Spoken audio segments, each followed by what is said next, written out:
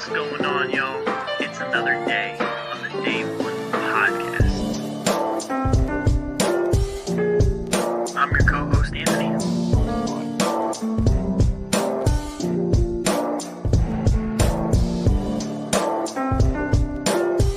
I got my co-host, Kyle. Say what's up. What's happening, y'all?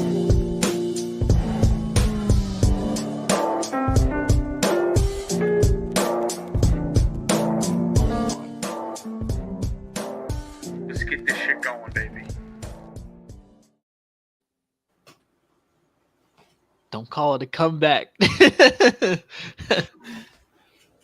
Oh, boy. They wrote us off, but we ain't right back. Like your boy Gino. I hate Geno Smith, dude. I swear to God. Freaking Yeah, that was all pro level football. I didn't see that in 2015. Insane. it is what it is, bro. Now Sam Darnold might win on Thursday night on the road to get to what, 3-1? What is happening? Led the Vikings to 14-3 last season. What are we even talking about, bro? Crazy. Hey, it sounds like MetLife just don't do quarterbacks well, man. Because even Daniel Jones popping. Yeah, that's what I'm like. Yeah. What the hell, dude? Like, why can't I have nothing, dude? I swear to God, my neighbors can't even get it right. It's MetLife, man. It's MetLife. Y'all. It's cursed. It's cursed. Yeah, we switched to grass. We might kill the next draft. Hey, Don't y'all got to switch the grass for the World Cup thing? Yeah, but then we're switching it back. Oh yeah. yeah, it's dumb. They're gonna That's put dumb. grass down for the World Cup, and then not maintain it for the football season. I don't understand that. They just hate you guys. They do But hey, anything to hold a brother down. what's going on, y'all? It's another day on the Day One podcast. I'm your co-host Anthony. I got my co-hosts Kyle and Smitty. Say what's up. What's up? Hey, drop a like, subscribe, turn on the notification bell. It's the heart of the NFL season, NBA season right around the corner as well. We're almost to 600 subscribers, so keep hitting that subscribe button. Keep tapping in every week, every Wednesday. Anytime we get a video, just tap in. And also tap into Smitty's channel, 4133 The Pod. Yeah. So yeah, we got a lot to get into. Crazy week 3. Some surprises, some disappointments, a lot to touch on there, and then obviously we'll touch on this week's games. So let's not waste any time. Chiquita, how's it going? Chiquita. So yeah, let's get into these games from last week. Yeah, man. So what should we start off with first? Should we talk about the double kick block, that game? It Good. took 2 blocked kicks for you guys to win. How sad is that? Hey, a win's a win. A win is a win. Hold on. Did he say it took 2 block kicks? Like what? Not once. We twice. spotted them a 19-point lead. They lost it, not us. They put us in position to get 2 block kicks to win the game. That's their fault. That's a good point. They showed no resilience in the second half. They let us score 26 unanswered points. They pulled the Atlanta Falcons in the Super Bowl. I was saying it. That was their 28-3 moment. And then it was funny because Matt Ryan post game was, coping with the Rams fans. He's like, if I'm coming out of there as a Rams player, I'm thinking, we had them on the ropes. We're better than them when we meet them again. What if they don't meet us again? They probably will, but Yeah. what if they don't? That's such a loser's mentality. But yeah, that was a crazy range of emotions type of game. Okay. They say they're gonna meet us again, right? Right. So who's to say we're not a way better team than we was? Y'all time? will be. Y'all will be. So what's to say that you don't get even more mud dog than you got these last 3 times? Because no matter what, like, look, if you really want to be honest, right? To me, that whooping on Sunday was more embarrassing than any whooping we gave them. They were up 26-7 It was ugly. and got Yep. in field goal range 2 times. They should have been up like 38-7. Yep. But all those field goals, they kept playing around. Eventually, we woke up. But for a while, it didn't look like we were gonna wake up, especially out of the second half. I mean, up until we started finally cooking, Jalen Hurts took the keys from Kevin Patullo. We had -9 yards passing. Yeah. 9, bro. Now -9. That has to be an NFL record or a team record. I think that was the lowest. I think that was the lowest yard since like 1970 something. Yeah. In the big 2025, -9 passing yards. You guys are talking about that, right? Like after the game, you're like, "Hey, listen, that was a great comeback and all, but Yeah. yeah, Oh yeah. No, Absolutely. no. See, the talk after the game was more like, did he find his groove?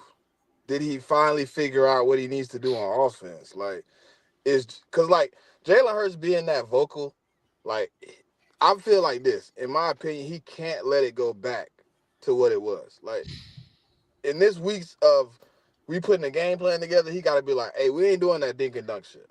Like we're a deep ball team. Like I love throwing the deep ball. I do it well. I do it at an elite level. Wherever you want to put him at in the elite conversation, the deep ball throwing, he does it at a high level. So why are we dinking and dunking? Like, let's put the ball up the field.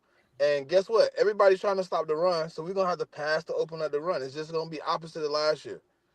And like, that's what my conversation after the game was like, did Kevin finally figure it out? Does he finally see what he really needs to do to win? Because the shit he was doing before was kind of piss poor. And I'm gonna do it like this. I'm gonna be the benefit of the doubt guy today and say I'm gonna believe Nick Sirianni when he say that Kevin Patullo called the whole second half. I'm gonna give him the benefit of the doubt, and I'm gonna say if he did call the whole second half, then the first half of this next game should look more similar to that than what it's been looking like, because he should understand what he needs to do. It shouldn't go back. So I want to see improvement now. Now I want to see what you did on Sunday and not start slow. Let's not start fucking with negative damn 9 yards. Let's stop with the bullshit. You got A.J. Brown, Devontae Smith, and Jahan Dotson, who's now showed you he can go for the deep ball too. Like, let's put the ball at the field.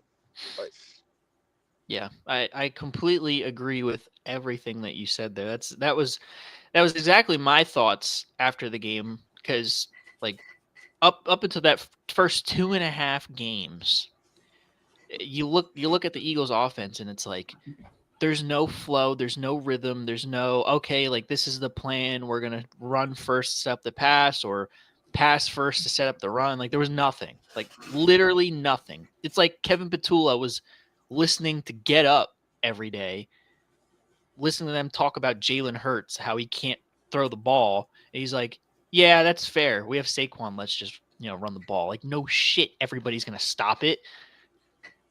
So I think in the second half, obviously, when you go back and look back, Jalen Hurts was, making a lot more checks in the second half at the line of scrimmage, getting the things that he, saw and things that he wanted to attack. And you kind of saw that rhythm with the downfield pass game. And then we started going back to the run a little bit. And it opened stuff up for Saquon a little bit better. He had some better runs, not to say that he was, running through lanes like they were last year, but that's a whole nother issue in and of itself. But, at least you saw in that second half that we had some resemblance of a flow and I feel like plan. defense are playing us more like 2022. Yeah. Yeah. I mean, like they're like, look, you're not gonna beat us with your legs. Jalen Hurts not gonna run, and Saquon not gonna run. You got to beat us with your arm. And he showed in 2022 he could do it. Kevin Patullo just got to see that shit, bro. Like they're literally stacking the fucking box.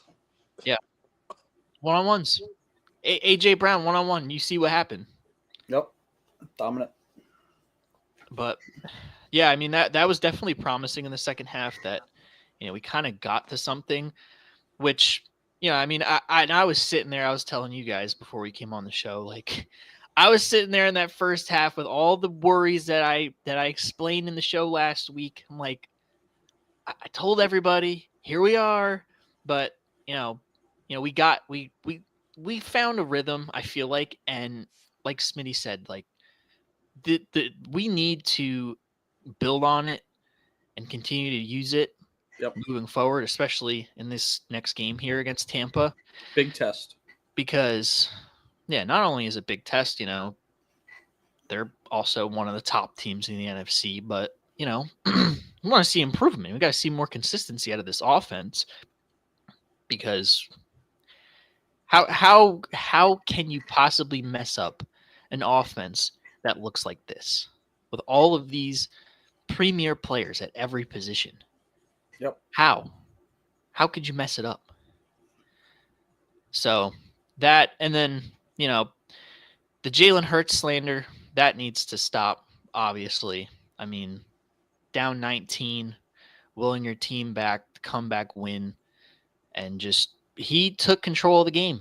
It was clear as day. I think 30% of the plays in the second half he checked to something. So he had the keys, and he was just out there hooping, getting to his playmakers, making the right reads, right decisions. Yeah. Not a lot of quarterbacks come back down 19 against the LA Rams. Yep. Which I know Kyle and I consider, probably Smitty too. They're probably number 2, number 3, top 4 in the NFC in terms of Super Bowl contender. Agreed. So, for us to come back from nearly 20 points down to win, it says a lot about the team. I definitely had worries that this was like a repeat of 2023, but we showed some fight. Obviously, the defense isn't as bad as it was that year, but the leaders showed like we're not going to let this shit happen again, and that was very promising. And we just got to move forward and build on that. Be more consistent in that attack, because really it is pick your poison. If you want to stop the run, that's cool. We can beat you in the air. And if you want to stop us passing, cool. We have Saquon Barkley in the backfield. We could beat you in the run. But that was very, very promising. And I think anybody that has any slander towards Jalen at this point, it's just pure hate. Like, it's just pure hate. Say what you want. Dude just wins, makes the plays necessary, does whatever it takes to win. And that's really what matters. Yeah. Yeah, I agree. I wonder, because I know we were talking about it last week, about how at some point Jalen might just take over and go into business for himself and take over the offense if it keeps getting worse. Do you have a little bit of worry of that's what this could have been? Because sure, it's the right choice in terms of how well the offense is going to move, but like in terms of continuity in the locker room between coaching staff and players, do you think that could become a problem down the line, or do you think this was like a coaching decision, a coaching change going into the second half?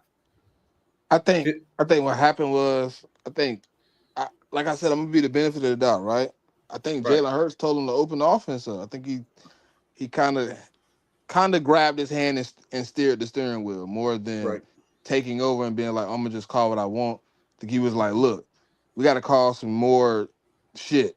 Like, and I've heard Jalen Hurts before come out and be like, we got to get Six the ball, we got to get AJ the ball. And I think he said, hey, look, we got to start making plays. Right. I know we pity pat and I know we trying to figure it out, but we got to start doing some more up the field shit. And I think more aggressive. I think Jalen did initiate the offense getting better, but I think also he tried to help a coach that's learning. You know what I mean? And obviously Jalen Hurts is a vet, so at this point, you know what I mean, you grab his hand and you kind of, hey, look, this is what we got to do. We got to get 11 the ball, man. Hey, look, you see they keep lining up one-on-one. We can't keep calling these slants. He don't just run slants. He run a lot of shit. Then you see him come out and run a slugger. Boom, big play. Yep. Then you know what I mean? Then you see some things where he running Devontae across the middle and getting some big plays. So I think it was more just I don't think Jalen took over the offense. I think he more, you know what I mean, just escorted. Like, hey, look, come on, bro. Right. Look, this is what we need to do. This is Yeah. what we need to do. Look, we practiced this. We've seen it. Come on, call these plays. Call these plays. Let's do something more explosive. We can't keep just, hey, we're going to go for 7 yards here, 8 yards here, 6 yards here. No, we need 20, 30, 40. We down 19. Right. Yeah. Right. Because I kind of looked at it a little bit in a way that, like, maybe that was a possibility just because it's not so much that the play calling and opening up the offense changed. There, like Anthony said, there was a lot of checking out of stuff too that, like, you know, can beg the question, especially when you look at interviews over the last week of what Jalen's been saying.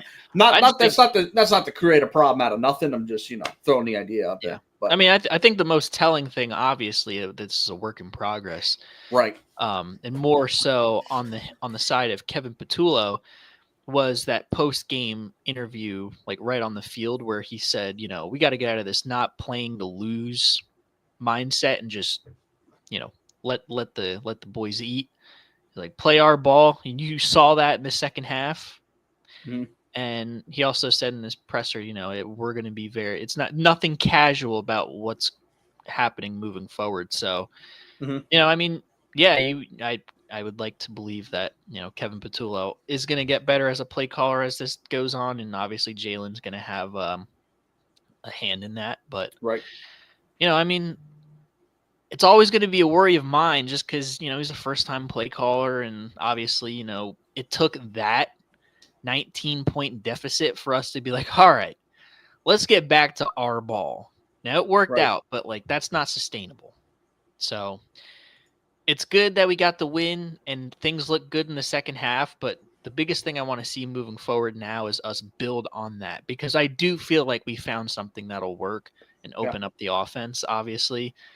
You know, so that's really the big thing. But I mean, hey, shout out to the defense.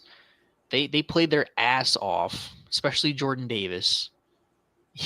He's trending towards give bro a blank check.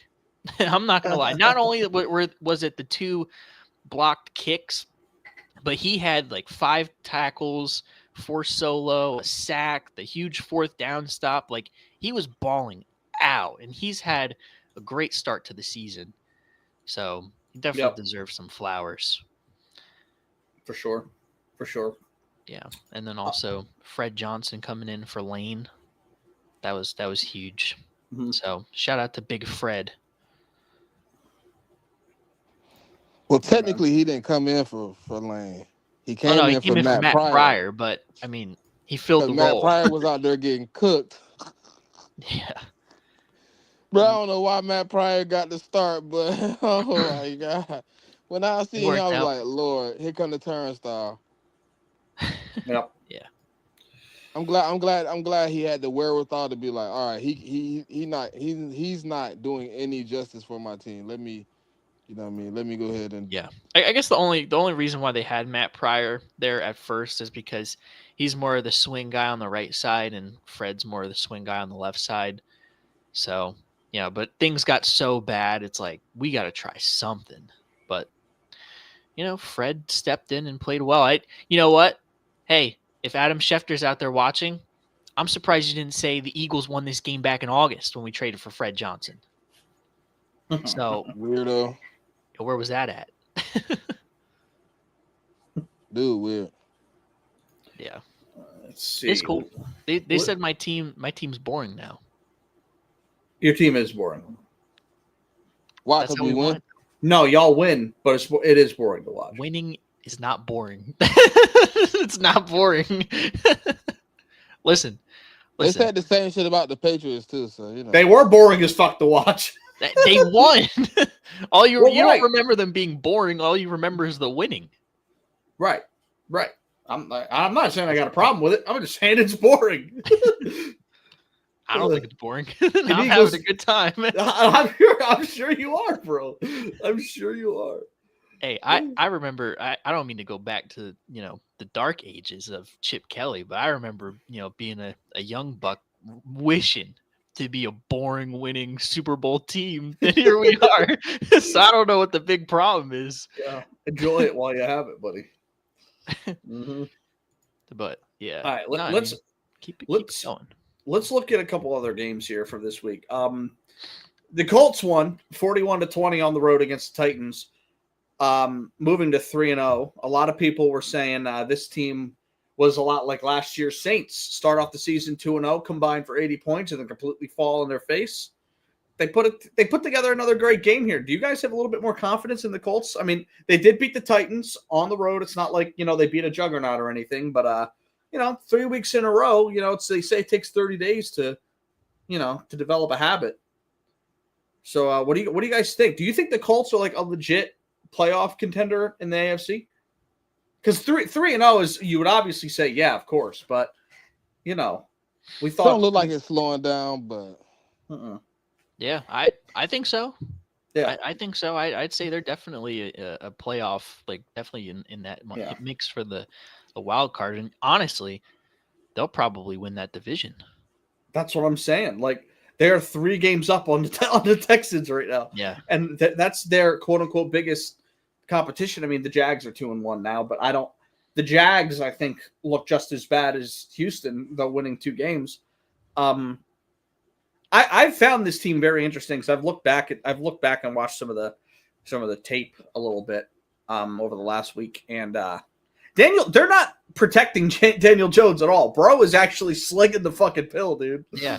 He's crazy to watch. It is listen, crazy. I said it. Say what you want about Daniel Jones, but I always felt like if you had him in a competent scenario with a competent coach, he could succeed. I'm not saying he'd be like, Pat Mahomes burning it down, but he can make some plays. Right. Yeah, and he's showing that the first 3 weeks just balling out, and it also helps that Jonathan Taylor is also having a hell of a start to the season. Yeah. Is he the offensive player of the year through the first 3 games? Could be. I mean, he's got to be close. I mean, I think this is this is technically his third 100-yard game, like in one aspect of because I think in week 1 he rushed for 100. Last week he caught for 100. I think this week he ran for 100. Like all purpose. Yeah. Yeah. All purpose is probably like 150 games in all 3. But yeah, they're playing really good football. I find it very interesting that he's hooping the way he is, because like there was not a sign of this. Like we all knew they did not win football games because of Daniel Jones when they went like 9-8 or made the playoffs or whatever they did. Yeah.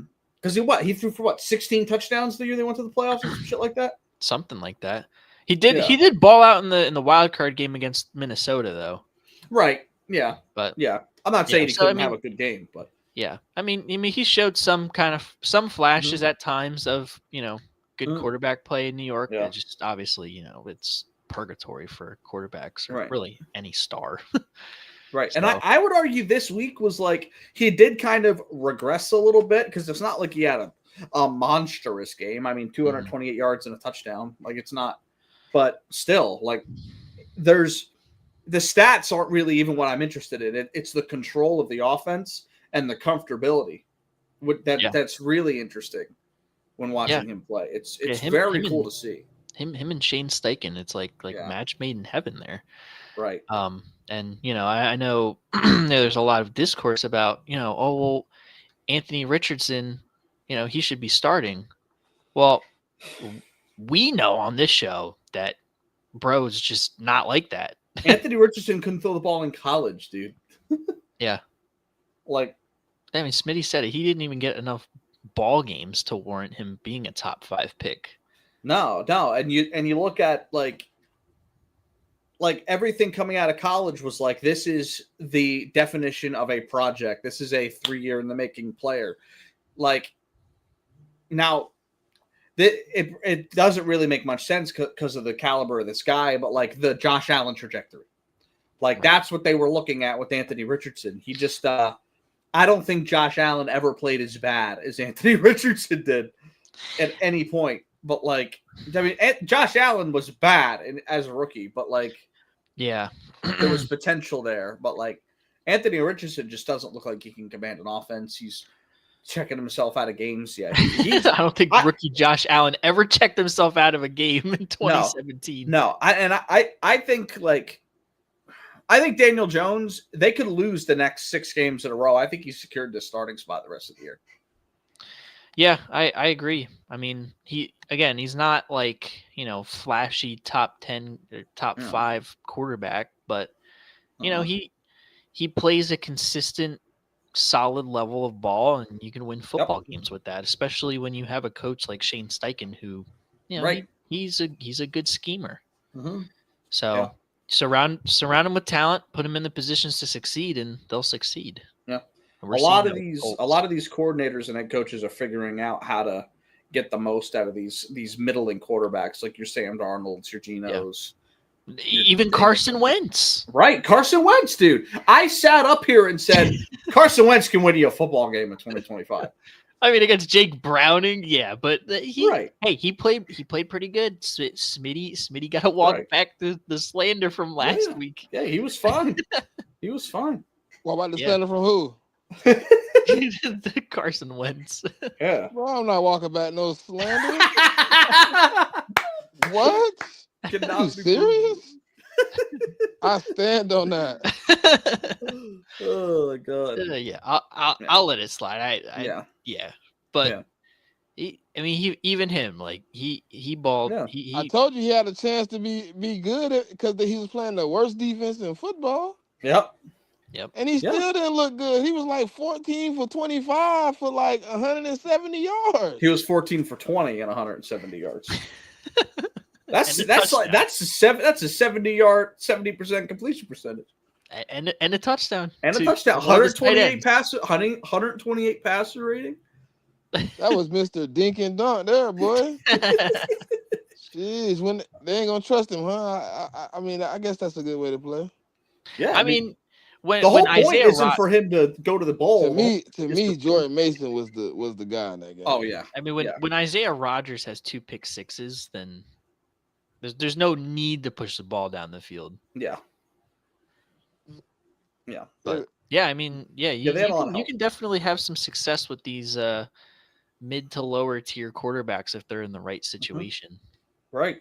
But yeah, I want to know what like a guy with like career-long talent and ability would do in a scenario like this. Like, imagine if Minnesota brought in Russ for a year this year.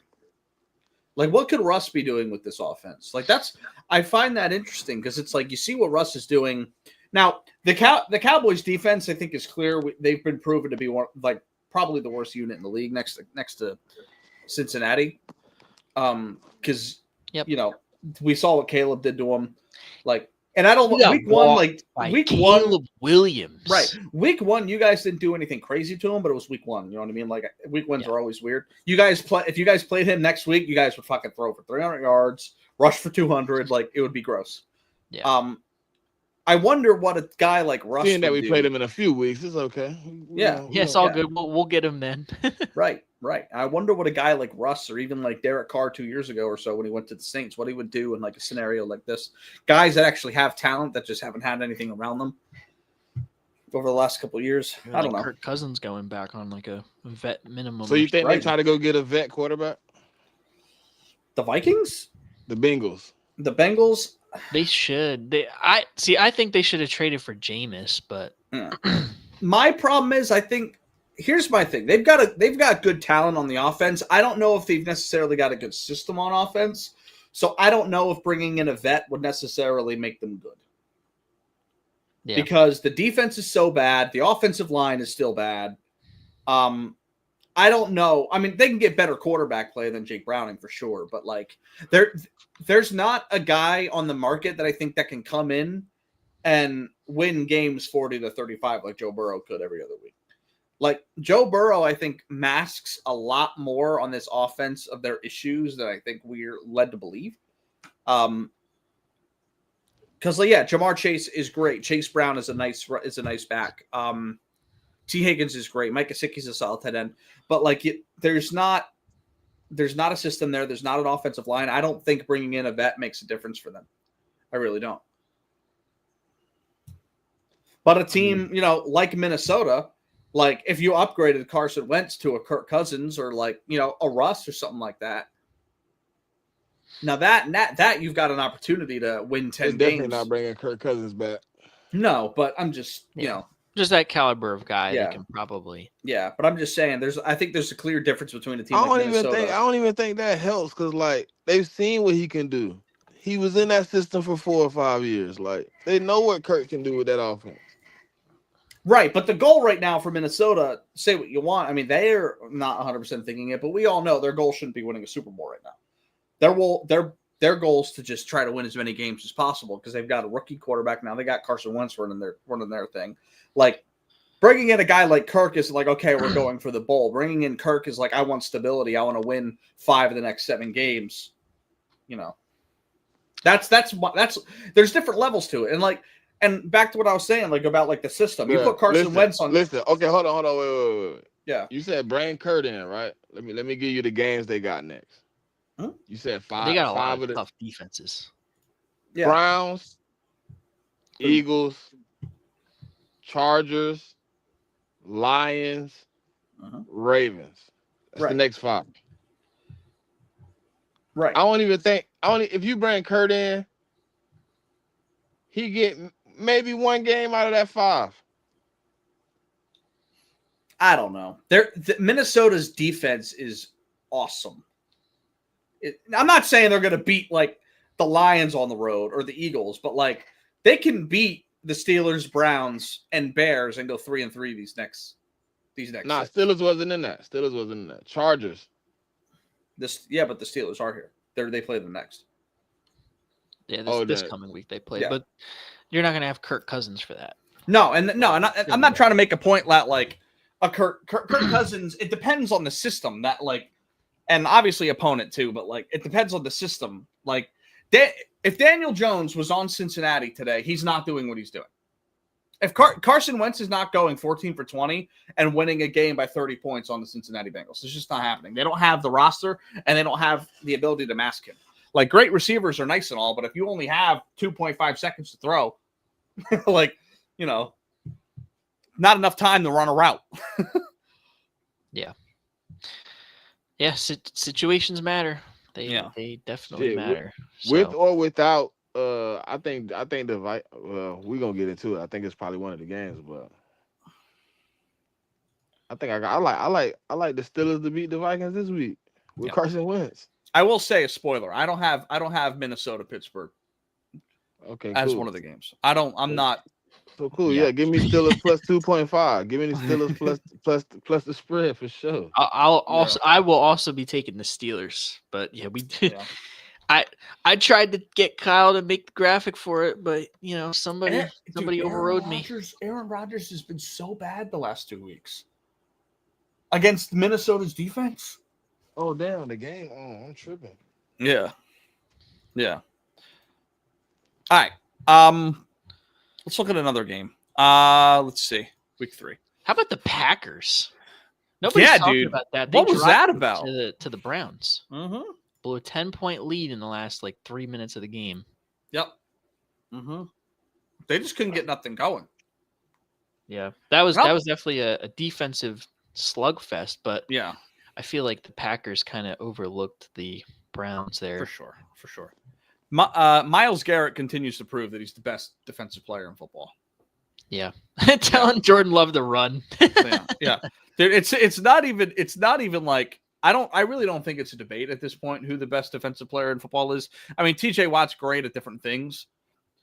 I don't think he's Myles Garrett, to be honest with you. I saw a couple some guy was breaking down some tape on Twitter, and like Myles Garrett, his half a sack came on a triple team. It came on a triple team. That's insane. Like, it's nuts. He's great, and it opens up everything. Like, there's solid guys on that defensive line around him that can get after the quarterback when he's getting doubled and triple teamed. I mean, Malik Collins is a solid player. Mason Graham, their rookie, he's solid. Like, there's some guys on that defense that can get after the quarterback. Yeah. And that's kind of what the story of the game was. I mean, there was 7 QB hits. There's over 10 pressures on Jordan Love. He only had 25 dropbacks. So, like, Yeah, Yeah. it was pretty consistent, and Green Bay just couldn't run the ball on this defense at all. That's really what it came down to. Also, Green Bay's missing some receivers, but Yeah, I but don't. again, I mean, don't. if you can't This run should the have been a win. football, Yeah. if you can't run the football, and Jordan Love hasn't proven to be a really Right. good like Mm-hmm. pressure quarterback when he's really feeling heat. Right. So that's Mhm. not a shock there, but I think just pretty telling and shocking that, Mhm. the Packers included, some of the players are kind of anointing themselves as like, oh yeah, we're the Yeah. next Super Bowl champions, and a lot of the media kind of jumping the gun. Yeah. This is just a reminder that, that's not a guarantee. And I'm kind of in an interesting spot with the Packers because I do think they are a top team in the NFC. They're like top 3, top 4. But they're probably the one that I have the least amount of like Belief in. Yeah. belief in, because it's not so much that I think Jordan Love can get it done if he's got a good pocket and he's got a great offensive line. It's when you're going up against those guys that are going to pressure the quarterback no matter who they're going up against, like a Myles Garrett, like a Jalen Carter, like a Jared Verse, guys like that have that ability to just get in the pocket. He always falls apart. And he might play great all year. They might have a really good season. It might seem very, very dominant, but when they go up against one of those guys in the playoffs, they're going to lose. I don't think you can say the same about Jalen. You can't say the same about Matt Stafford, and you can't say the same about Baker. All three of those guys have shown to get it done in different situations. So, and Josh Jacobs is an interesting back for me too, because for as many 150-yard rushing games he has, he's got a lot of clunkers too. Yeah, he does. So that's does. I mean, it kind of bakes into kind of the identity of that team being pretty up and down, inconsistent. Yeah. Josh Allen 2.0. Yeah. Hey, right. You heard it here first. Up, down, up, down. Up, down like a roller coaster, baby. But yeah, I think the Packers are still a really good team, and this is a really bad loss. It's just, this is what happens. Like I saw a stat, Jordan Love, when he doesn't have a turnover and has over when he has less than 2 sacks and no turnovers, he's undefeated in his career. When he's got one of those two things, he's sacked twice or he's thrown a pick, he's like below 500, which is not good. That is not good.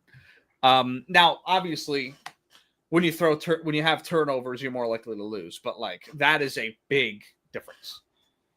Right. Yeah. So we'll see. We'll see what they end up becoming. I do have their game as one of the things we'll talk about a little bit more. Yeah, like I said, I mean, it's still a long season, so right. They definitely have some time to, clean things up, and it's a good wake up call for them, thinking, oh, we've arrived, after 2 games. Clearly, you haven't. Not to say that they're not a good team, but you can't have that mindset of, oh yeah, we're just we're gonna be the team that nobody can. We're the team to beat. Right. You got to take it one game at a time, and I'm sure they'll get it, but definitely a necessary loss. It just looks bad against the Browns, though. Right. How much joy did you guys get watching the beatdown of the Dallas Cowboys? It was great. Yeah. I feel like I'm the Bears guy on this channel. Just saying. I feel like I'm the Bears guy. You're the Caleb Williams guy. Yeah, I am the Caleb Williams guy. He absolutely balled in this game, and I think that was kind of the expectation because Caleb always beats up ass defenses. That's where he thrives on. Dallas got some problems, dude. They got some serious problems. There's not that secondary is horrible. They are so bad. Who is more ass, Dak or the secondary? The secondary, for sure. Yeah. At least Dak had 75% completion in this game. It wasn't pretty, but at least he did throw 2 picks. He did throw 2 picks. It was an ugly game. The highlight of their team this season has been Javonte Williams. Yeah. Yeah. Which is another one of your guys. That is one of my guys. Yeah. But yeah, Dallas got some problems, dude. They're not doing shit this season. Did you see the shit Jerry Jones said after the game? He goes, "This is this is absolutely still a playoff team, but it's going to take. It's And gonna then you go take sign Jadeveon Clowney. Yeah, it's going to take some time. We've got some things Great to work idea. on. He said, but we got to get better defensively. That's what he But said. they're gonna be a 7-win team. And you know what? Not You even. know what? My homeboy on Twitter, he bet me some dumb money that he was gonna have a better record than me first. $100. It wasn't. That he It was wasn't that he Terrence, was was gonna it? that he was gonna win the NFC East. Another $100. I said, It wasn't. okay. It wasn't Terrence, was it? Nah, Okay. Terrence. Terrence wouldn't even bet. He knew his brother wasn't gonna be on that team too long. Well, he also has a history of checks bouncing too on Yeah. bets, so He would have paid me. I don't know about nobody else. He would have paid me. yeah. I mean, I know. Now me and Terrence cool though. If he would Yeah. have bet me, I know he'd have paid me. I ain't I saying know, it like I know a notable figure in Eagles community that he. yeah, but you can't. I mean, but yeah, he also y'all got a lot of bad blood. I wouldn't have made no bet with a person I got that much bad blood with in the first place. Yeah, but yeah, no, Kyle, you're definitely right. I mean, it was to be expected, especially after the Micah Right. Parsons trade, that they would have issues, but they definitely have Yep. issues in the secondary. Yeah. And Bro, Kyler just had one of the worst picks I've ever seen. Literally, like threw it to the safety, not a receiver or tight end within 10 yards. Oh God. Yeah, it wasn't even an overthrow. Like there was nobody there. And then the safety fumbled it, and it's Cardinals ball again. Oh my God. All right. What is happening? I don't know. But yeah, they definitely have some issues. Dallas does. Mhm. And It's not. Will it get fixed? I don't No. think so. No, it's not. See, now you're missing CD for the next 3 weeks, or at least 3 weeks. What are you gonna do? Yeah. Jake Ferguson in a dream. That's the plan. George Pickens in a dream. Hey, Jake Ferguson's one of my guys. All right. He is. Yeah. Him, George Pickens, and Yeah. Javonte Williams. They're also missing like half their offensive line too, which already was not good. But no. Mm-mm. I think they're Tyler Guyton out, Tyler Smith out, and Cooper Beebe, if I'm not mistaken. Yep. They got some problems, dude. Yeah. Mhm. Should Dallas tank at this point? Oh yeah, for sure. I mean, I really don't think there's a necessity to tank unless you're going after a quarterback, and they don't need to go after a quarterback. Are you sure about that? Yes. They don't have they don't have Michael Penix playing for them right now. They have Dak, a top 12 guy. Like they're fine at quarterback. They need help defensively.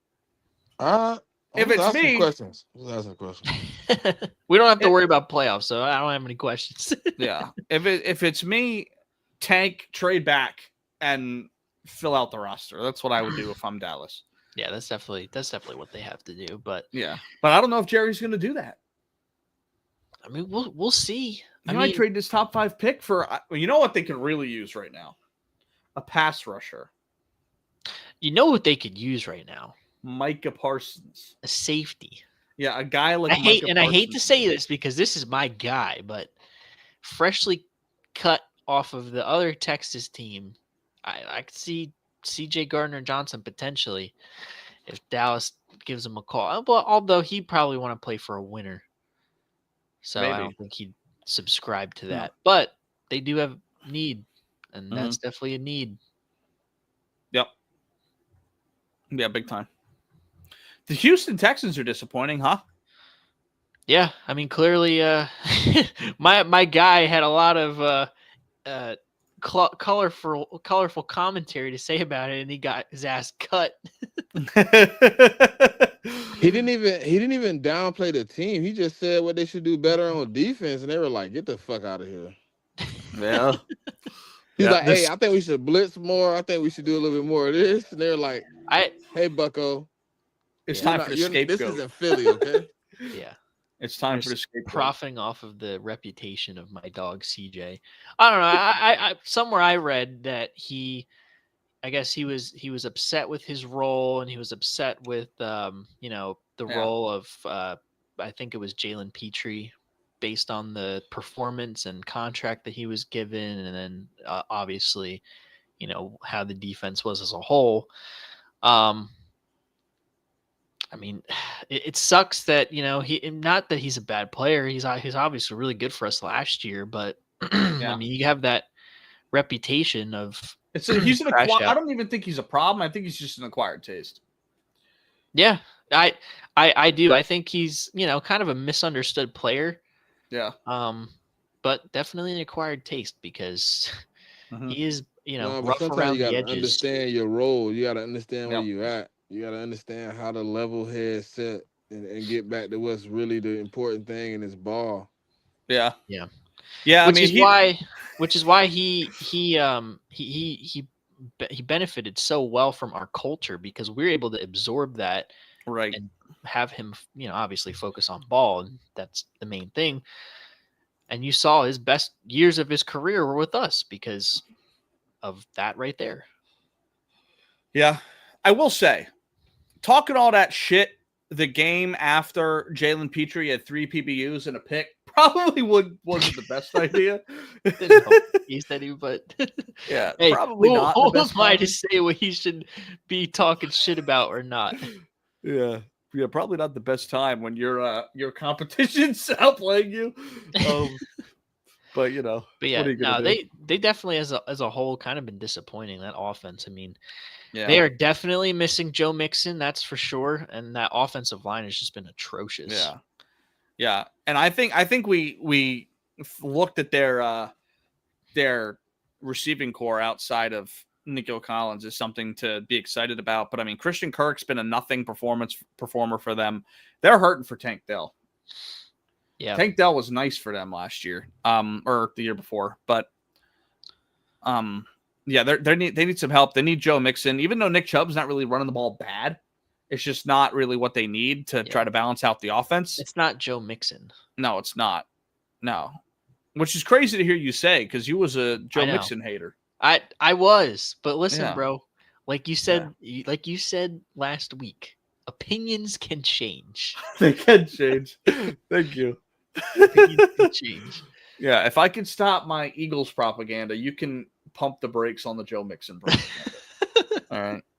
What's the Joe Mixon propaganda? Bro thinks he's ass. I thought he was mid. I thought he was like on Cincinnati. I thought he was so mid. He's a consistent. He was though. Consistent 1,000-yard rusher, dude. I mean, he's always been consistent for them. He wasn't let loose out there though. That's kind of the problem though. Like in Houston last year, he was balling. Right. Let's take a quick intermission. We're looking at the career of Joe Mixon here. Oh, jeez. I'm going to take a peek. Let's see. Joe Mixon career stats. Let's see. All right. He's been in the league 8 years now. Let's see. 1,000-yard rush. These are in seasons that he's played more than 14 games. Okay. So now we limited to more than 14 games. Well, yeah, because he's missed. He's only played he's played 6 games 3 times. Every year he's factor into my why he thought he was mid. That don't factor into it, bro.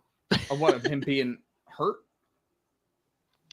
If you can't stay on the field, part of you suck because you broke your ankle. Like what? That's fucked up, dude. That's not a way to look at it. It's just fucked up. Your body sucks. Yeah. I mean, he's above average. I'm not saying he's Christian McCaffrey, but you were talking about bro, like he was Zach Charbonnet, bro. Like he's been a solid rusher. He's 4.3 yards per carry for his career. He's got 1, 2, 3, 4, 5 1,000-yard seasons, 3 double-digit touchdown seasons, 5 seasons with over 8 touchdowns. He's solid, and he averages 40 receptions a year. He's a solid back. He's above average, I'd say. To make 9 years of a career out of being a running back, he averages 987 yards a game. That includes his years that he was hurt. So he's a solid back. Quit hating on bro. I just feel like when you turn on the tape, sometimes he's just, not making plays where you would expect him Well, I turned on the Jalen tape last week after week 2 and he didn't make many plays. Like, sometimes it just happens. Hey, he did. He did. Oh man. Hey, he just had to get the shackles off in the second half, and then he was balling out. Oh my god. Yeah, all right. One more game we need to talk about. Detroit, Baltimore. Yeah, that game was a bigger blowout than 38-30. Visually, that was a dominant performance by Detroit. They had 224 rushing yards, 4 touchdowns on the ground. Jared Goff was 20 of 28 for a touchdown, 202 yards. Amon-Ra St. Brown, 7 for 77 in the TD. And they had 7 sacks on Lamar Jackson defensively. 7 sacks, yeah.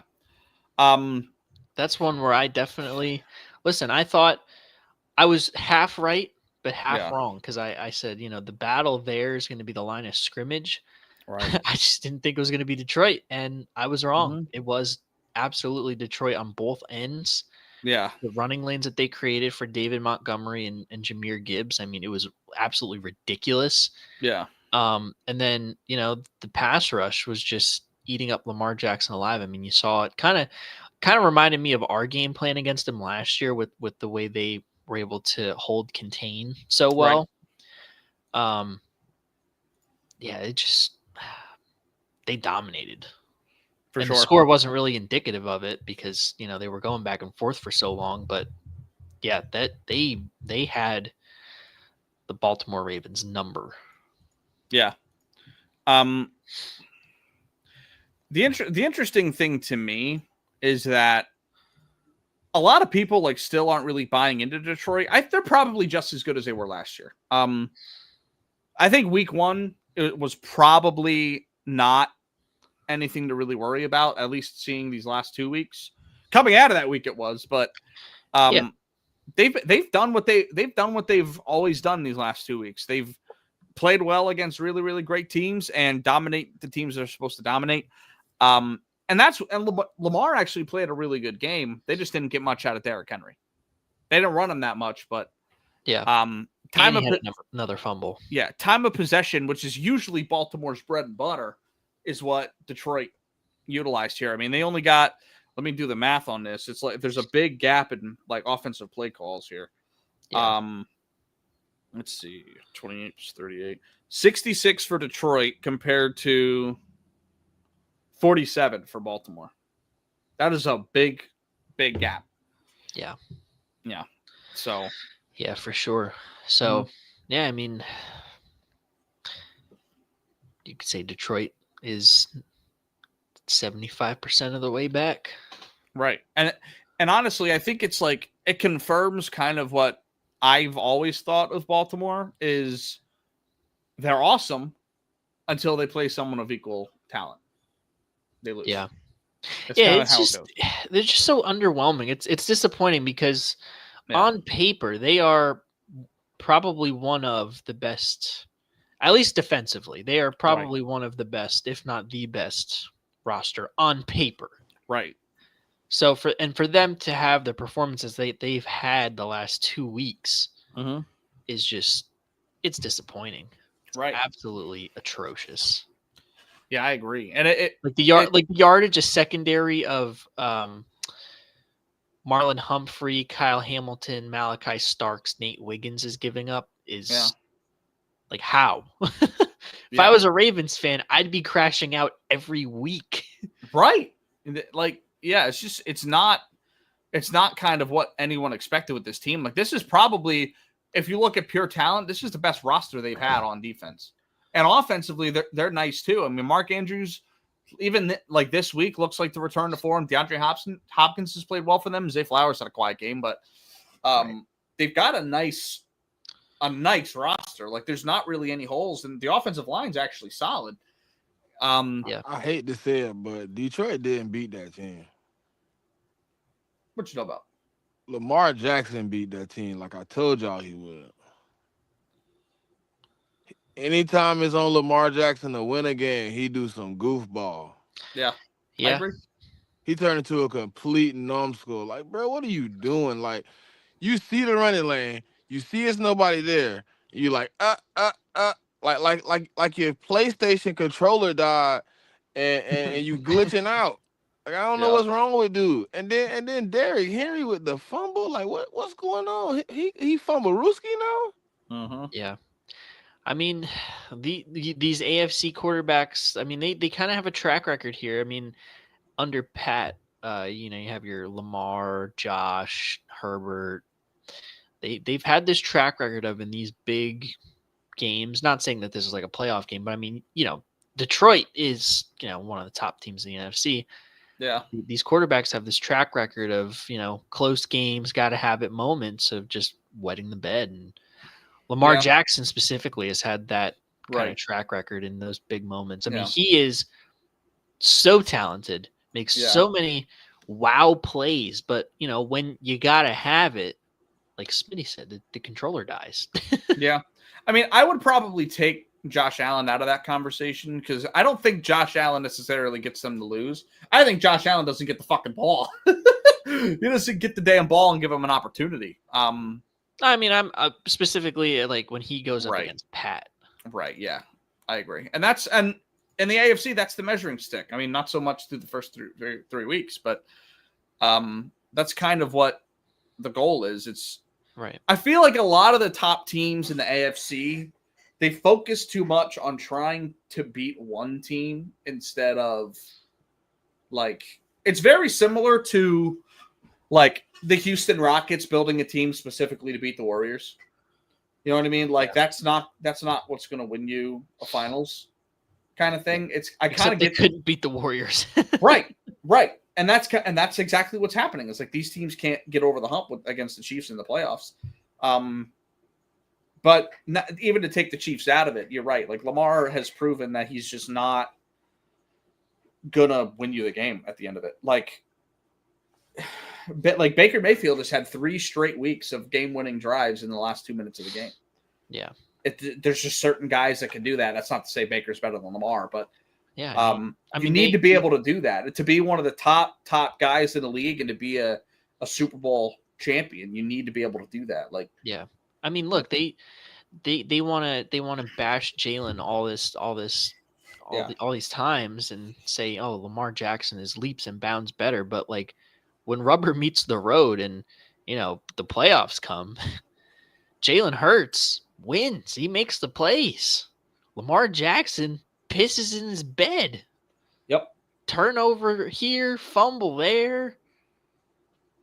He just can't get out of his own. He's almost like he reminds me. He gonna win though. He gonna be the guy to get him over the hump.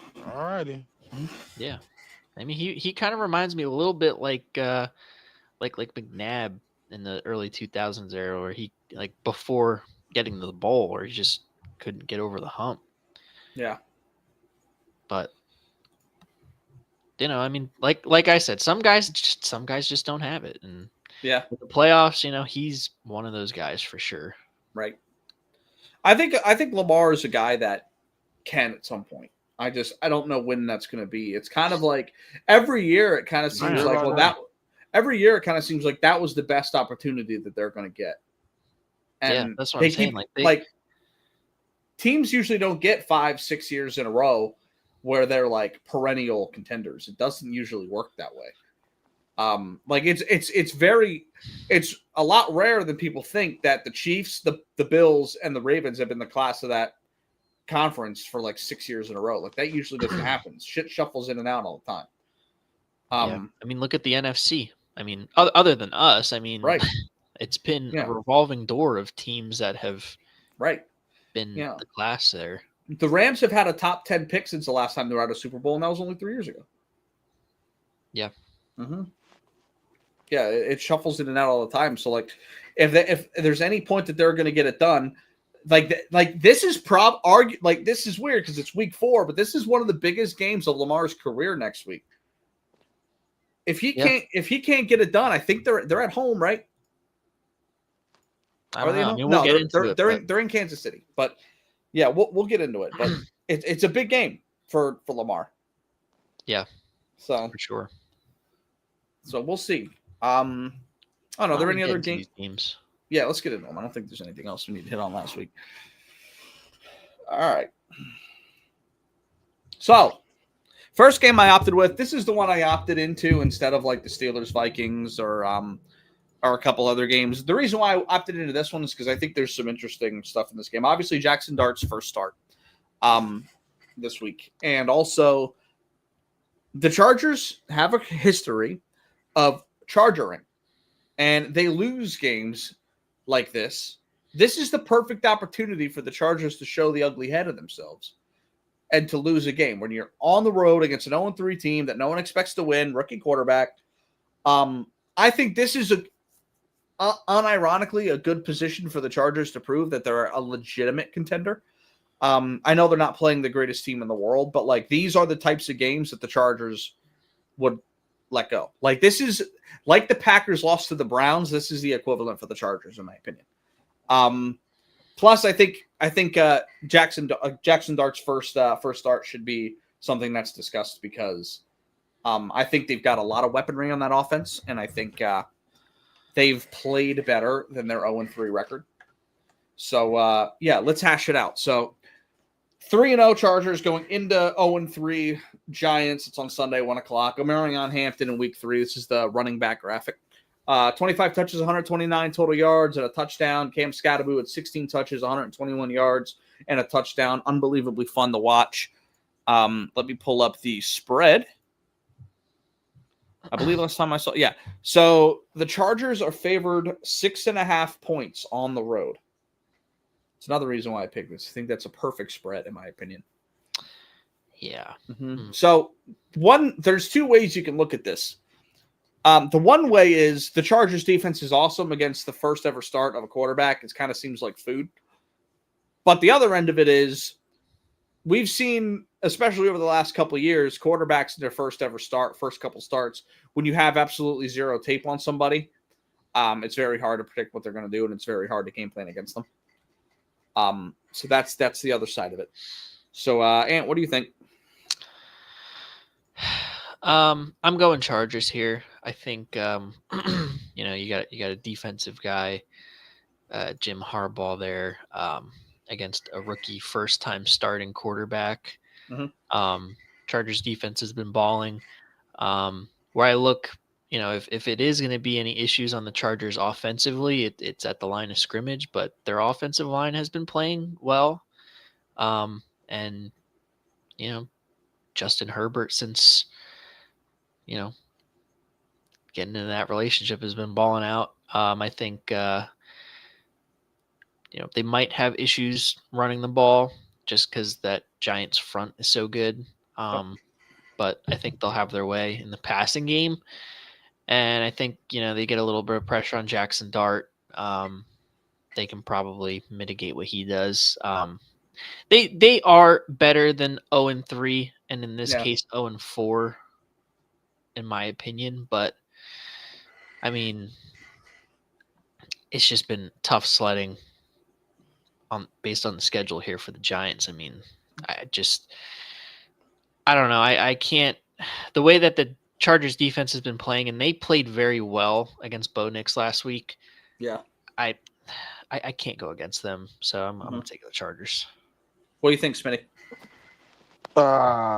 Is it really a question? Is this rhetorical? I mean, I'm taking the Chargers. I don't trust the Giants right now. They haven't shown me outside of one game that they can even play it to the competition and put points on the board. So yeah, I'm going with the Chargers. I think their defense is playing better. Their offense is kind of in a woe, and I mean, obviously, their running game picked up last week, so I think Chargers win this one. Okay. And for reference, the Giants put up 40 on the Cowboys, right? Who had 40 put up on them by the Bears. So yeah. I'm in the same boat. I think I'm going to go with the Chargers. I'm going to go with thinking that they're actually a really good team this season. I like Omarion Hampton. He's running the ball really well right now. That offense is clicking. Justin Herbert is arguably the MVP through 3 weeks. I'm not going there. Through 3 weeks. But I do think it's interesting, like seeing a quarterback in his first ever start. No one knows nothing about him. He looked good in preseason. He looked comfortable in preseason. So we'll see how he plays here. What do you think the expectation could be for Jackson Dart? Like play smart, sound football. Don't try too much. Don't turn the ball over, that kind of thing. Even if they lose, they want him to probably look good and come out of it pretty unscathed.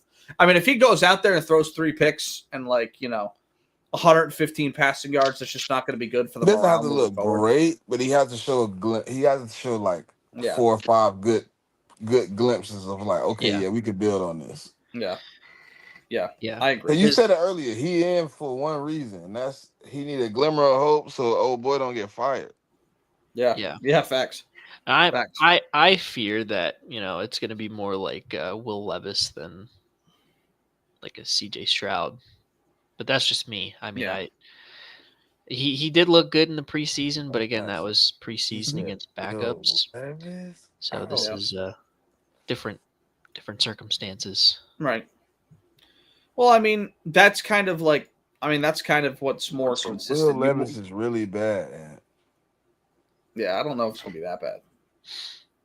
It could be if the defense plays like it has been the last couple of weeks. I mean, it very well could be. This could easily be a 20-point victory. For sure. Easy. For sure. Things go out of hand. I can see it. Yeah. But I mean, we'll see. It'll definitely be interesting to see how he looks in his first start. Obviously, this has kind of been something the Giants fans have been clamoring for. I thought Russ was playing decent, but he was fine. They got to get their first round pick on the field at some point, and him and Cam Scatterbo. Yeah. I'm setting the over under for concussions for Cam Scatterbo at 3.5 this year. All right, let's move into the next game. 1:00 game, your guys' big game of the week, probably the biggest game of the week. 3-0 Eagles going into Tampa Bay, who are also 3-0.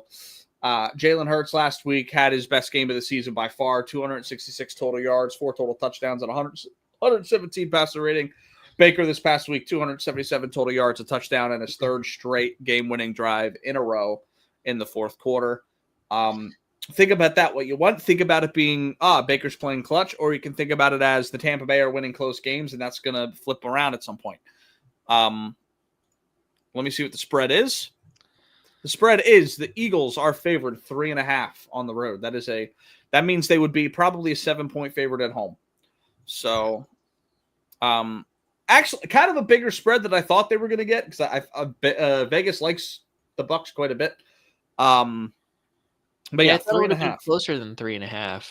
Yeah, 3.5. I mean, that's only 4 points. I mean, we see a lot of 4. I mean, they lost both of their starting guards and they lost their starting receiver. I see why.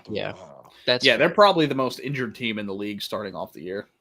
Yeah, I mean, to be fair, we did lose quite a bit of players on defense too. I mean, and they don't know if Tristan Wirfs or old boy gonna play on Sunday. Yeah. For that reason, I'm probably going to take Eagles here. I think, the horses being out simply is just probably going to be too much for them to overcome. But I think, the Bucks have had our number, and they've taken advantage of a lot of these matchups where we've played them where we haven't had like our stars, like AJ in the wild card game, AJ Smitty and Lane last year. AJ's only played them once. Yeah. And we blew him out when AJ played him. And he went crazy too. He did.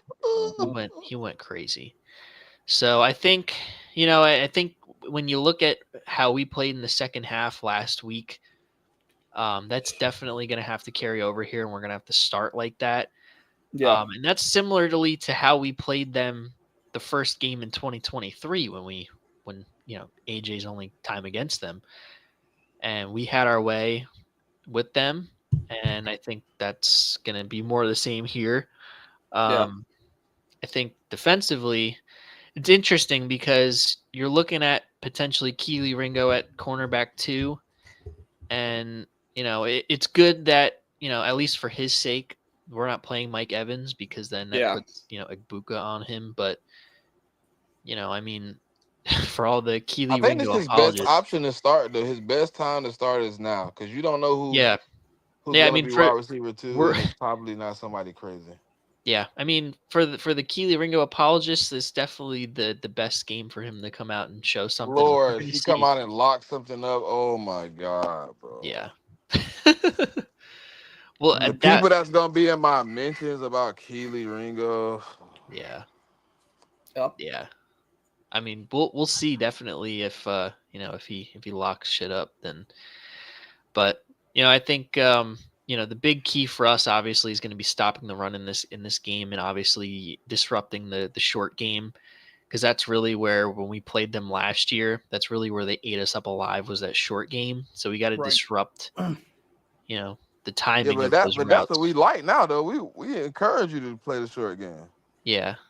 Yeah, I mean we rallied to the ball, but I mean And that that was just wasn't Vic something. Fangio the last time he played them, so Yeah. I mean that was the skeleton crew with Vic Fangio first getting there. That wasn't our real defense. Yeah. We looked like poo. And Cooper DeJean didn't play them either. Yeah, we had a Poo Poo Maddox out there, so yeah, Asking no, about I Fortnite think games and shit. yeah. I think this is Do you still play Fortnite? Yeah, bro. that I was I was livid when I saw that mic'd up clip. You still play Fortnite? Why are we worried about Fortnite, bro? Cover Mike Evans. He's like, I'm But getting cooked. I might as well ask him about the game. yeah. You're worried about the wrong game, Avante. What are we doing? Yeah. Yeah, I got Eagles. I think this is after last week, this is a big turning point. Another top team in the NFC. Yep. But I think we found something, and I think this plays well against them for us to take care of business. So I think with that and the get back that we have due because they are due, I think we'll take care of business. So I got birds. You on board with that, Smitty? Yep, especially after hearing my offense and the pressers how they feel about how they want to play football. So I think they're gonna come out fast, come out physical. With the injuries they got over there, I think blitzing us or whatever, putting you guys on the island. I don't think it's gonna work as well. Like I understand people are gonna be like they're 4-1 against y'all. Well, yeah. Look who the receivers. I mean, the last time we played them, bro, our wide receiver one was Jahan Dotson, bro. Come on. Jahan bro. Dotson and Paris Campbell. And John Ross. That was the three starters the last time we played them. Like, Yeah. it's just like it's not the same opportunities you're gonna have that you had before. So yeah, I'm with it. Eagles spread. Yeah. I'm in the same camp as you guys. I'll take the Eagles. I think the Mike Evans loss is really, really big. Because Emeka Egbuka can have a similar game to what Devontae Adams did last week, if not bigger, if Mike Evans were there. But asking him to have a monstrous game as a rookie in his fourth career start with no help is kind of tough. On Guantanamo Bay, nonetheless. Yeah. I think Bucky Irving in the passing game has been awesome this season. I think that could really help them move the ball down the field. But I don't think it's going to be enough. I think it'll be probably closer than what I think the injuries would suggest it would be, but I still think 4 points is enough. But yeah, I like the Eagles here. I don't think it's necessarily going to be a blowout because the Bucs don't really get blown out, but I think it could be like a 7 to 10 point victory. Yeah, that's and if you are Tampa, that's probably where you're going to have to make your hay is in the run game, and then the underneath check down screen game with Bucky Irving and that's what they're Rashad gonna White. have to do. Yeah, play action and things like that. They're gonna have to draw some stuff up, but we'll see. But yeah, it's gonna be a good game. 2 3-0 teams. One of these teams are gonna walk out of here with a loss, most likely. So yeah. But I'm on board, Philly. Let's go on to the third one here. 4:05 Sunday, the second window. We've got the undefeated Indianapolis Colts going into LA to play the 2-1 Rams. You couldn't have told me 3 weeks ago that this was going to be a game that we were going to be looking at this point in the season. But here we are, nonetheless. Indianapolis, they're looking like they're a true team. we'll see how it looks against an actual like NFC contender like the Rams. This is definitely the Colts' biggest game, probably Shane Steichen's biggest game as a head coach. And the Rams got to handle business. They don't want to drop to 2-2 with how well their division's playing. I mean, the Niners are 3-0 right now. Seattle right now is up, and they're 2-1 at the moment, and they're playing good football. So, Jonathan Taylor, week 3, 102 rushing yards, 3 touchdowns, 6 yards per carry, and Kyron Williams, 112 total yards, a receiving touchdown of 4.7 a carry. Looking at the spread here once again, the Rams are favored by 3.5 at home. So all this really comes down to is Daniel Jones actually legit this season, and are the Colts good enough to actually beat a team like the Rams? Not to say that they can't play well and still look good in the loss, but are they the dominant force that they seem to be? Go ahead, Ant. What do you think? 3.5. Yeah, I mean, this is definitely one of those tough matchups. You said Rams are favored by 3.5. 3.5. Yep. 3.5 at home. Yeah, I mean, and this is definitely a bounce back game for them. It has to be. But you look at, like we said, I mean, the Colts passing attack has been legit the first 3 weeks of the season, and that's kind of where we made our hay against the Rams in the second half there. So, if Shane Steichen is drawing up the game plan to come out here in the first half, he's definitely, going to take advantage of Emmanuel Forbes and company. Right. The question are the Colts, is the Colts defense legit to, mitigate the Rams offense? Mm-hmm. Man, that's a tough one, but I think Who's favored in this game? The Rams by 3.5. I think I'm gonna go with I think I'm gonna go with the Rams. Okay.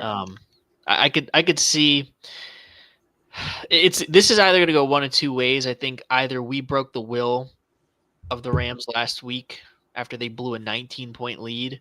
Yep. And they're just gonna fall apart and crumble and be mid the rest of this season, or they're gonna blow the crap out of the Colts, and then we're gonna be questioning, are the Colts really right playoff team? Mm-hmm. And I think the latter is more likely. Right. So I'm gonna go with the Rams. Okay. What do you think, Smitty?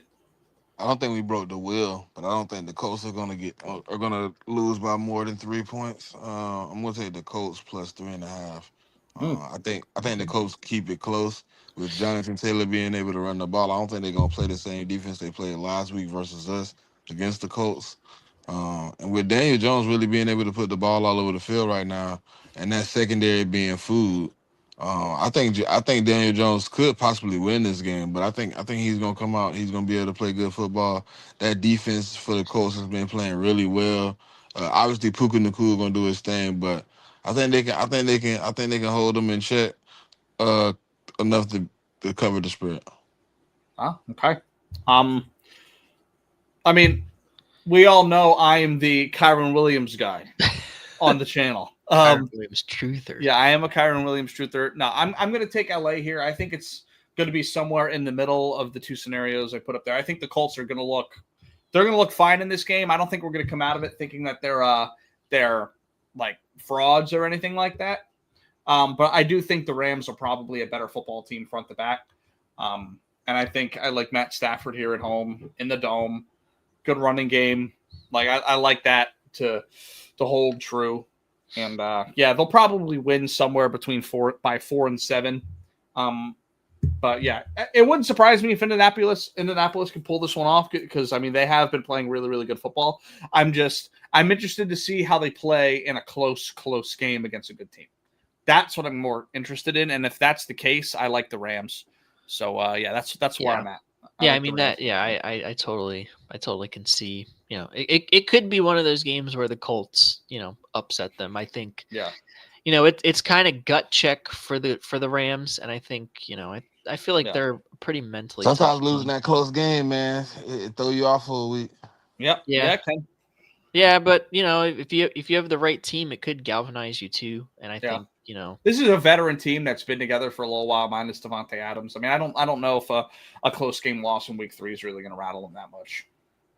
Yeah, I mean, we'll see. I definitely do think, like, matchup wise, there's a runway for the Colts to. Oh, for sure. Them. Yeah, I agree too.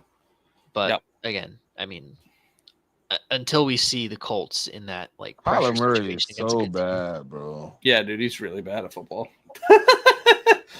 He's playing some really bad football. Dude, those jerseys are ugly as hell. They got like their orange, red, like paint splatter ones. It's the Rivals jersey. Yeah, it's ugly as hell, dude. All right.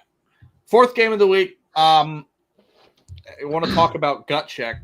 Baltimore 1-2 going into Kansas City 1-2.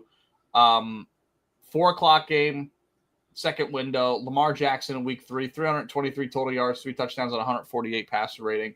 And everyone basically played like ass on the Chiefs last week in a 22-9 win. So I went with George Karlaftis on this.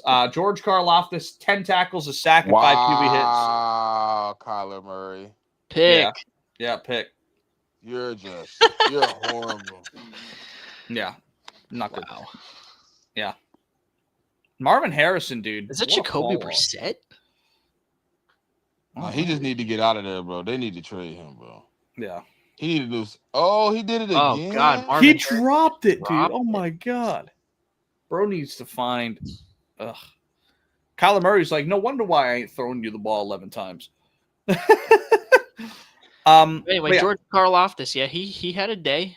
He did have a day. Nice little day last week. Yeah, so this spread, I'm very interested to see this. What the hell is it? Yeah, because this is like one of these teams could potentially be missing the playoffs this year. Yeah, this one's actually very easy for me once you hear the spread. Baltimore is favored by 2.5 in Arrowhead. I'm just going to start it off. Kansas City's going to win. Kansas City does not lose games at home when they're favored. That's kind of where I'm at with it. Close game, Baltimore against Kansas City. They've got their number just as much as Kansas City has anyone else's number. Yeah, I don't. Lamar Jackson, I mean, he's been playing really, really, really good football. He just, even in his close losses to good teams, he doesn't look bad. He just looks underwhelming for what you expect from a player with that talent. Yeah, this looks like a game that. Here's the thing. So also, I don't think the Ravens necessarily need to win this game. I mean, look at their fucking division. They don't need to win this game, to be honest. And I was looking at the Ravens schedule earlier today, just to give you an idea of what they have left. So let me pull it up here. So they play the Chiefs this week, and then in week 6 they play the Rams. After that, it's Bears, Dolphins, Vikings, Browns, Jets, Bengals, Steelers, Bengals, Patriots, Packers, Steelers. Like, it wouldn't surprise me if they lose this game and then win 9 out of the next 10. So I don't necessarily think they need it. I think Kansas City needs this game way more. It's hard for me to bet against. I mean, they haven't been the same in the last, four football games they've played. I can't bet against Patrick Mahomes as an underdog at home. I just can't do it. So I'm taking Kansas City to win. I just can't. I can't bring myself to do it, bro. I don't see it happening. I can't be sucker of that mindset when I'm picking games anymore. Here's the thing too, though. Like, can't bet against. Like, listen, I did it. Yeah. Week 1. Yeah. It bit me in the ass. Right. I can't. My thing is, though, it's kind of like we got the monkey off our back. I mean, yeah, we beat the Giants last week, but like we got the monkey off our back. We got to win. We got a little bit of momentum going into this next game. Baltimore's coming off of 2 straight losses? Is it 2 straight or did they lose week 1? I don't remember. They lost week 1. They lost week 1. Okay, yeah. So they're coming off of they're coming off of 2 losses against great teams where they actually played good football and a win against the Browns at home. Like, there's really not much momentum for them right now, especially with the way, like, they're kind of blowing up on the sideline as much as the Chiefs are. Derrick Henry's really not happy right now. But yeah, I just, it's Kansas City at home. That's just kind of where I'm at. Yeah. No. I mean, it's tough because on like I said, on paper, yeah. you look at the Ravens, they're probably the better team. Oh, they are. They are on for paper. sure, especially with them missing the receivers in Kansas City. But again, we saw this last week. They in gut check time, they, Lamar specifically tends to fold. Yep. And with the Chiefs, you got Xavier Worthy coming back potentially this week. I think he was a full participant in practice today, if I'm not mistaken. Who? Xavier Worthy. Let me take a look. Kansas City. Because if he's playing, I think I'm probably gonna lean Chiefs. It's just hard. It's just hard because they, for so long in that Giants game, they looked lethargic on offense and couldn't get out of their own way. Then obviously in the second half, defense got some stops and the offense kind of settled in a little bit. Yeah. He's technically Xavier Worthy's technically not on the injury report right now. All right, so he's trending towards playing. Yeah. Man, I wouldn't be surprised one way or the other, but I'm going to go Chiefs plus 2.5 at home. Okay. They are a team that needs it more. Especially with the Chargers, like going up against an 0-3 team this week. Chances are they'll probably start 4-0. Like you cannot start 1-3 and expect to win. Yeah, and they have the losses against one of their losses against the Chargers too. Like, Yeah, they already down in the head-to-head battle, but again, I think the late game scenario is definitely going to play out again. I feel like. Yeah. And that the Ravens have just been underwhelming. Yep. I think Spags will probably have a good game plan on Lamar. I mean, I feel like, you hold the contain, similar to how we played Mahomes. Mm-hmm. Just can't get him out in open space. Yeah, I think the Chiefs. I mean, the Chiefs defense hasn't been playing terrible, so I think I think they'll be able to take care of business. Yeah, they haven't been run on too spectacularly at all this year. They're only giving up 3.4 yards a carry through the first 3 games. So against solid backs, I mean, Amarion Hampton, Saquon, and Cam Scatterbo. Say what you want, but bro churns yards. Yeah. What do you think, Smitty? Everybody picking the Chiefs, but they've been more underwhelming than the Ravens. I agree. Here talk. Yeah, we talk about a team that scored 21, 17, and 22. Mm-hmm. Compared to the Ravens, who have scored, I think, 40 in almost every game. 41, 38, and 30, I believe. So, I mean, well, averaging over 30. 40, 41, 30, 40, 41, 30. Yep. So, I mean, can the Ravens put up points? Yes. Mm-hmm. Are the Chiefs struggling? Yes. It's a fair bet to me, like right now, like looking at it. Man, I don't like going against Patrick Mahomes, but the trend would say the Ravens would win this game, though. All right. Like Lamar plays really good in the regular season, according to everybody. Mm-hmm. He lost to the Bills in a really crazy fashion. I mean, he blowed out the Browns, and I can't remember how that game went for him against the Bills, but it's like,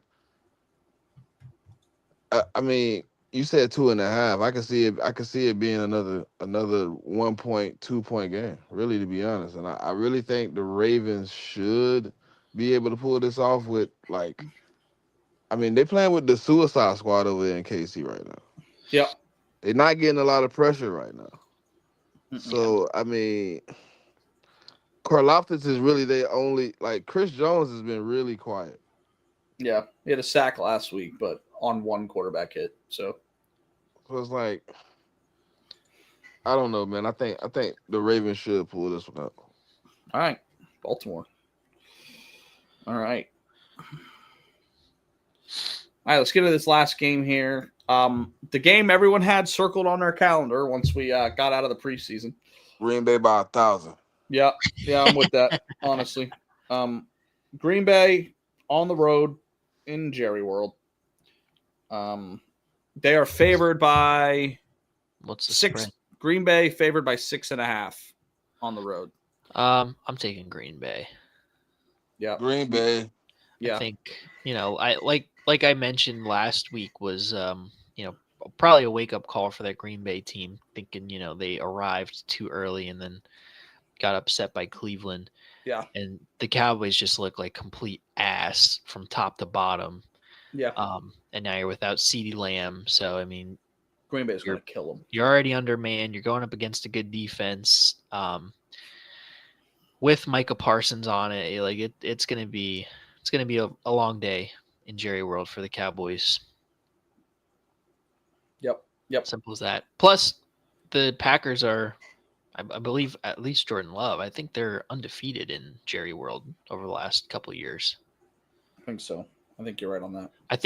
Packers. I think it's since Super Bowl 45, they are undefeated at Jerry World. I think that's correct. Yeah, I'm on board with that. I like Green Bay to smoke them in this game. I think Micah Parsons is going to have 2-3 sacks in this game. I mean, he's going up against probably a backup tackle that he's probably worked with in practice every week. Like there's that too. So like, yeah, it's gonna get pretty ugly here. The only thing that would change the outcome of this game is if Jordan Love gets any type of pressure on him, but that's probably not going to happen. So yeah, I like Green Bay as well. Yeah, it's gonna be a real feel good game for Micah. Also, Jerry Jones and the Cowboys announced that they are not doing a tribute for Micah, which is kind of out, which is nuts considering Bro was like the best defensive player they've had since God knows who. Tank. Yeah, probably. This game is really sad, bro. Yeah, it is pretty sad. Mm-hmm. Yeah. Mm-hmm. Why it's on and why we're watching it, I don't know. Yeah. Because I'm a football head, and anytime NFL is on TV, I'm gonna turn it on. Just like I'm gonna be up at 9:00 in the morning on Sunday to watch football. Yeah. I got money on this game. That's why I'm watching it. I ain't even played no parlay or nothing like that for this thing. I forgot it was We're even just on. Listen. We're not like you, Kyle. We're just watching it for the love of the game. Yeah, right. Yeah, right. I'm having a Jonathan Gannon hate watch right now. Yeah. At least I got hate him anymore. Like, at least I got something to watch for now. Oh my god, his defense is really good, bro. Like, I don't even hate dude. Yeah. I hate James Bradbury. He fooled us. And everybody thought he was gonna be good, and he fooled us. That's what it was. He was. Oh, man, that's still kind of the most fluke all-pro season in history. Yeah. That's still kind of one of the most perplexing things as an Eagles fan recently. Like James Bradbury had an all-pro 2022 season. It was fake though. He got that all-pro because we had 70 sacks. You couldn't throw the ball. You couldn't get targeted. They didn't have time to get it to the outside. They had to dink and dunk. Yeah. Every play was damn near a hot route. You didn't have to attack James Bradbury. Yeah. Yeah, but I mean, he took advantage and was all pro, and then when it was time to attack him, they was like, "Oh, this is really James." Yeah. Did he almost threw a pick with a good catch? Mm-hmm. Oh, people still in our celebration now? Where's the taunting? Did you see it? I did. Yes. Wow. Although he didn't do like that. It was more like because he just did it fast. He don't know what he's doing. You know, people always mess it up when they try to mimic it. Yeah. Sorry, they wanna be like us. Damn. Sam Darnold playing though. That's Josh Sweat out in coverage. All right, y'all got anything else for the pod? Nah. No. No, I think we as Eagles fans, we just gotta keep hoping for that consistent play. Yep. It's there, and I think Jalen and AJ said it best. We gotta play our game. We can't be playing not to lose. We gotta play to win. And I think going forward, we'll do that. Yeah. I don't think the Playing not leaders, to lose will have you with more losses than wins. yeah, I don't think the leaders of the team will let 2023 happen again. We'll see. Most of them leaders were the people that was there.